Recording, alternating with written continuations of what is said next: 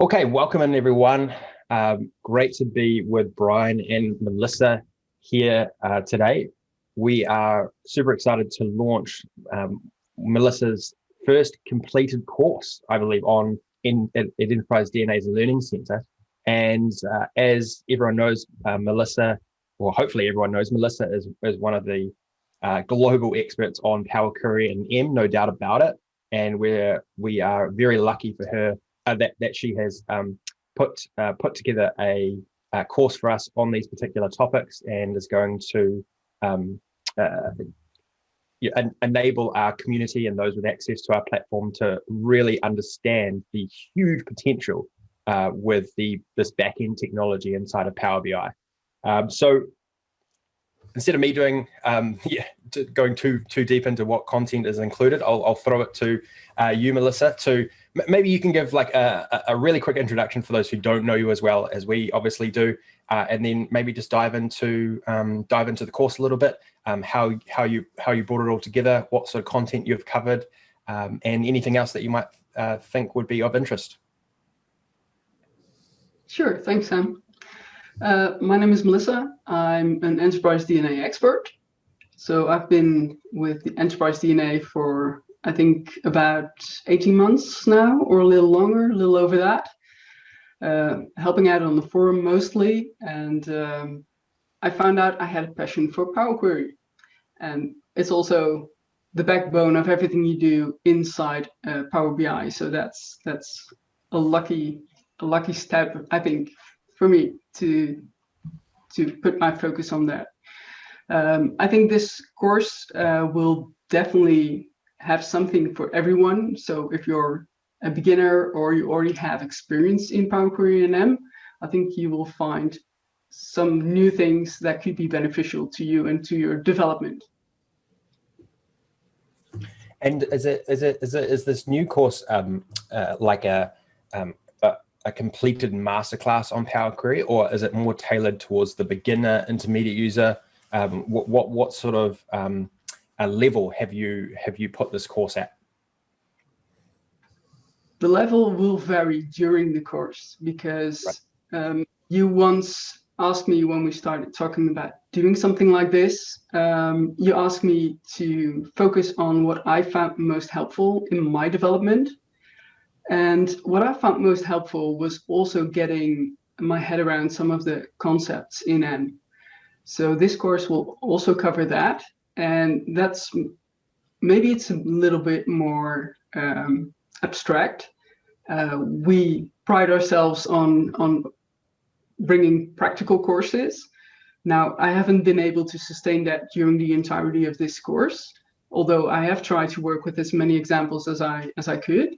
But yeah, this course is something for everyone. So if you're new, definitely start at the beginning of this course. I do something that I remember missing when I first got started, like a broad overview of the user interface itself. So how the query editor is set up. And I think that will really help you get the most out of Power Query. Having a good solid understanding of how it's designed and how it's set up to help you as a user will help you build better code, in my opinion. Melissa, I would jump in on that, and I would really say my recommendation would be for everyone to start at the beginning. That I found, I'm a pretty experienced user with Power Query, and I found going through at first, my temptation was to jump right into the more detailed material about functions and M code, and I went back and started with the interface description. And even though I work in this every day, I learned some new stuff. And so, I think there's gems kind of throughout this course that if you assume you're going to miss some good stuff. So, my recommendation would be really just start at the beginning. Thanks, Brian. And question from my end. We've always known that this was an important course to add to the platform. But why do you think, Melissa, that and sorry, I'll also mention that you yourself have really opened our minds throughout the entire expert group in terms of like the importance of Power Query and the importance of data optimizations. Why do you think that it is not immediately obvious that Power Query and M is such an important part of developing a high quality and best practice Power BI report? That's a tough question, actually. I think most of us,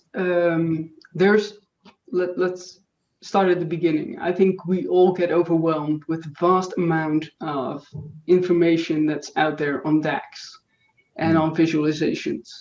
So everyone likes to get to the finish line real quick. So they think they have to skip Power Query to get to the fun stuff. But Power Query is fun as well.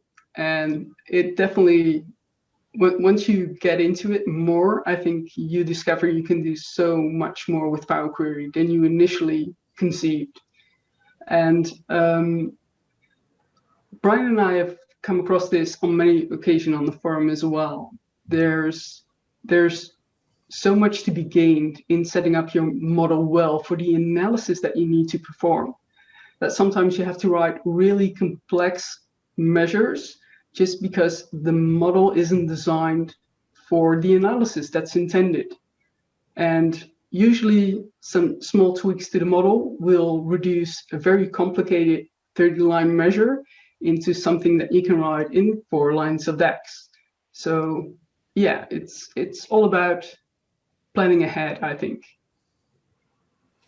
Yeah, I couldn't agree more on that. The more that I've actually used Power BI, learned from yourself and other experts, the more I've realized is that DAX can actually be just super simple. Like, you don't actually generally have to write that complicated of formulas.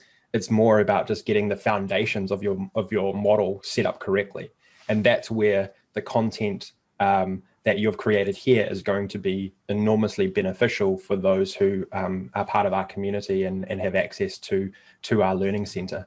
I have no doubt about it. It's been a real eye opener to me personally throughout the recent months and year to 18 months that you've been highly active and involved with the community on the forum in particular. Thanks, Sam.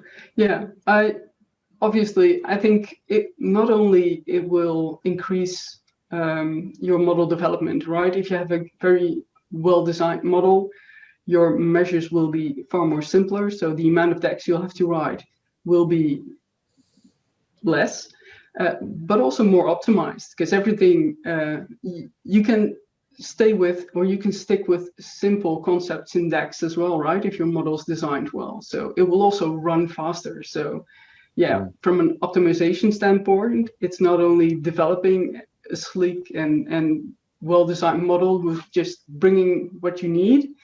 I'm always very strong about that. Don't bring things you expect you might need. Just bring what you need, nothing else.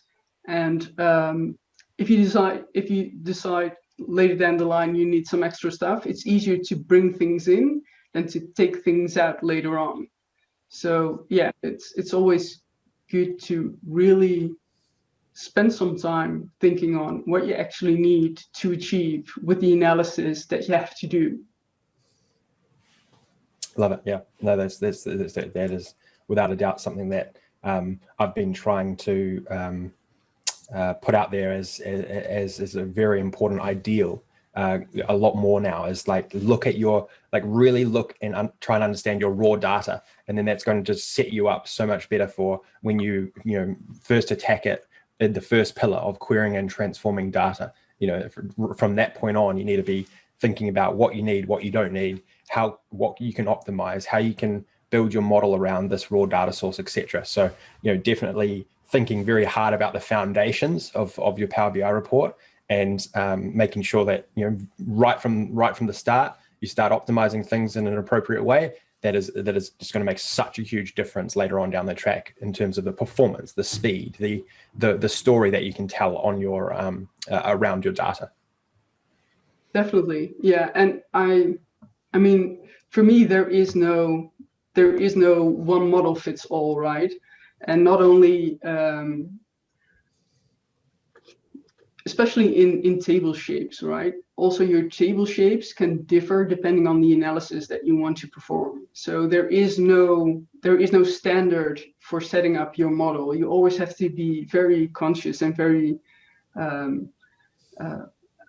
do I say that? You also have to, look ahead to what you're trying to achieve, what's being asked of that model later on. So design with purpose, basically, that's what I'm trying to say. Well, so the question is, how do you think people most productively should work through this course? There's a lot of information. I mean, I think it's really clearly presented. It's really well organized, but particularly if you're relatively new to Power Query, there's a lot of meat on the bones here. I think the first attempt at this course, just go from start to finish, and then just get some practice under your belt, basically, and revisit parts of this course as you need to. I mean, that's why the content is there. So when you struggle with something or you encounter a problem, then you have this course to fall back on. I've really tried my best to cover as many of the errors that I could think of to help users solve problems on their own. I think the best way to learn is spending time to find out and resolve resolve the issues that you encounter. So if you can make sense of the error messages you're getting and you know what to do, that will help you in the long run. So that's also why I try to cover many of the error messages that I could think of and that I could set up. Yeah, just to help people. How do you say that?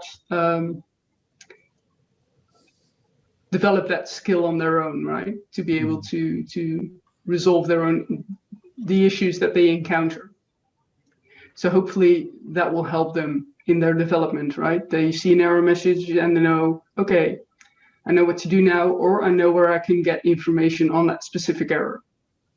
Great. That's great.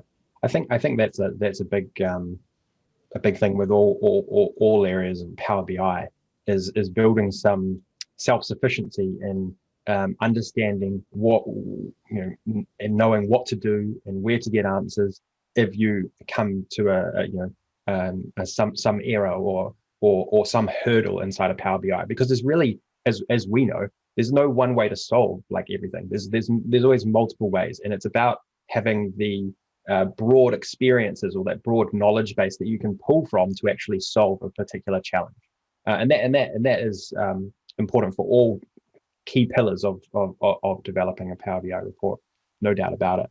I've got one more question from me. How important do you think it is to understand how to write M code? Because this is I think a little bit of a point of conjecture where I would say that 90%, maybe 95%, maybe of Power BI users probably do not know how to write M code. So how important do you personally feel it is to understand how to actually write it out from scratch? In some solutions, I mean, like, because I know you're easily one of the sort of global experts on actually writing out M, understanding M, etc. But as a lot of us know, it gets written automatically for you in a lot of cases. So how important do you think it is to actually know how to actually write M code? Well, I think it depends. I think you can do a lot with the user interface, and it's designed to do a pretty decent job when it comes to performance as well. So if you use the user interface well, your code will be pretty decent. But there are just some things that you can't do through the user interface. There are some functions that you can't access, and obviously some optimizations or some transformations are not available through the UI. You have to actually code to do that.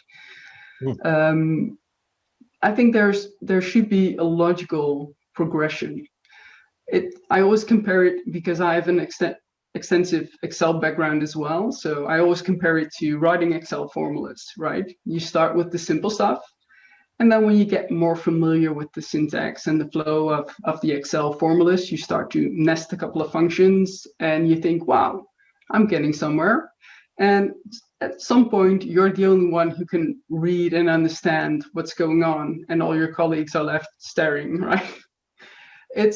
I think that's the same with Power Query and M. Start small. Honestly, if you add a custom column, you already have to write some M. So it's not that big a deal. I think most of the people already write bits of M. Do that. Start with a custom column. Start with making some small modifications and tweaks just in the formula bar. That's absolutely fine. You probably never have to write an entire script by hand. I never had to. Not until, I usually use the user interface to build what I want my code to do in broad lines, and then I'll go in and make the modifications. I hardly write anything by hand. Sometimes a function, but that's about it. Mm-hmm. So there's no need to write full scripts by hand. But it definitely sounds like if you can understand how to maybe rewrite some of your code, your mind will actually expand in terms of what's possible eventually. Like as you sort of get more familiar with what you can do within the code itself by changing a few things here and changing a few things here, there's just a lot more that you can do, and that your sort of creativity will expand once you actually have that understanding. Definitely. And I think you need to start, and I think that's also one of the reasons why I wanted to do this course first, is that some of the core elements, the values and the data types and those are things that people trip over when they start writing M, because there's no automatic type conversion, for example, in M. So if you have a string and you want to do some sort of numeric calculation, M will tell you that's not possible. And you have to convert that value that was a string to a number first before you can do what you want to do. And we're not used to that as users, because if we have a numeric string as a text value in the DAX, we can just add 1 or multiply it by 1, and it will be a number, and it will act like a number. And the same will happen in Excel. So we're used to that. But you have to be very precise and explicit when it comes to M. And those are things that we have to get used to. I think also when you start paying more attention to the M code itself, you will find ways to make modifications because you recognize lists, for example. A lot of functions use lists. So when you know how to manipulate or create lists, you can do a lot of amazing stuff. So start small, and it will come. It will take time, depending on how many hours you spend on it. But yeah, it's a fun road to travel. Brilliant. To that point, Melissa, there was an interesting conversation among the expert team yesterday, and it really, I think, is a credit to you and your teaching, because I think it's a result that came about strictly because of the work you've done with us. That when we talked about kind of whether people preferred working in DAX or Power Query and M, and the majority of experts on the Enterprise DNA site now answered they prefer Power Query and M. And I think if you would have asked that question a year ago, you would have gotten a totally different response. And I think you've kind of opened up a world to us of kind of possibilities and power within the program that most people don't see, and when you get the knowledge and the training to see it, for me, it's had a transformative effect that, it's opened up the ability to do things that I was never able to do before. And, when I see these debates on, is it worth learning M? I now think the two biggest things as an intermediate user that pay off with huge return on investment are building your Power Query skills, and particularly learning some basic M and learning virtual tables. Those are the two things that to me kind of result in superpowers. And, you know, I think that the people who go through this course and, you know, really take it to heart and do what you're saying in terms of work through examples, I think are going to be floored by what they're able to do, even at the end of what's considered the introductory course. Yeah, I couldn't agree more. Yeah, definitely. Well, I don't have anything else. What about you? What about you guys, Brian, Melissa? Even any final thoughts? All I can say is thank you so much, Melissa, for taking the time to build this course for us.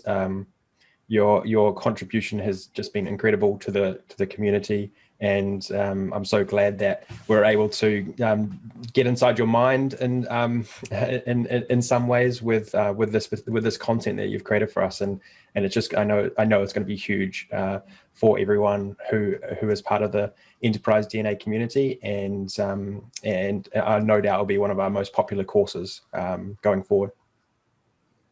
Awesome. Yeah, I hope people will enjoy it, because in the end it has to be fun, right? Totally. Thank you, Melissa. Okay, thanks You're all. welcome. Thanks, Melissa. Take care. Bye all.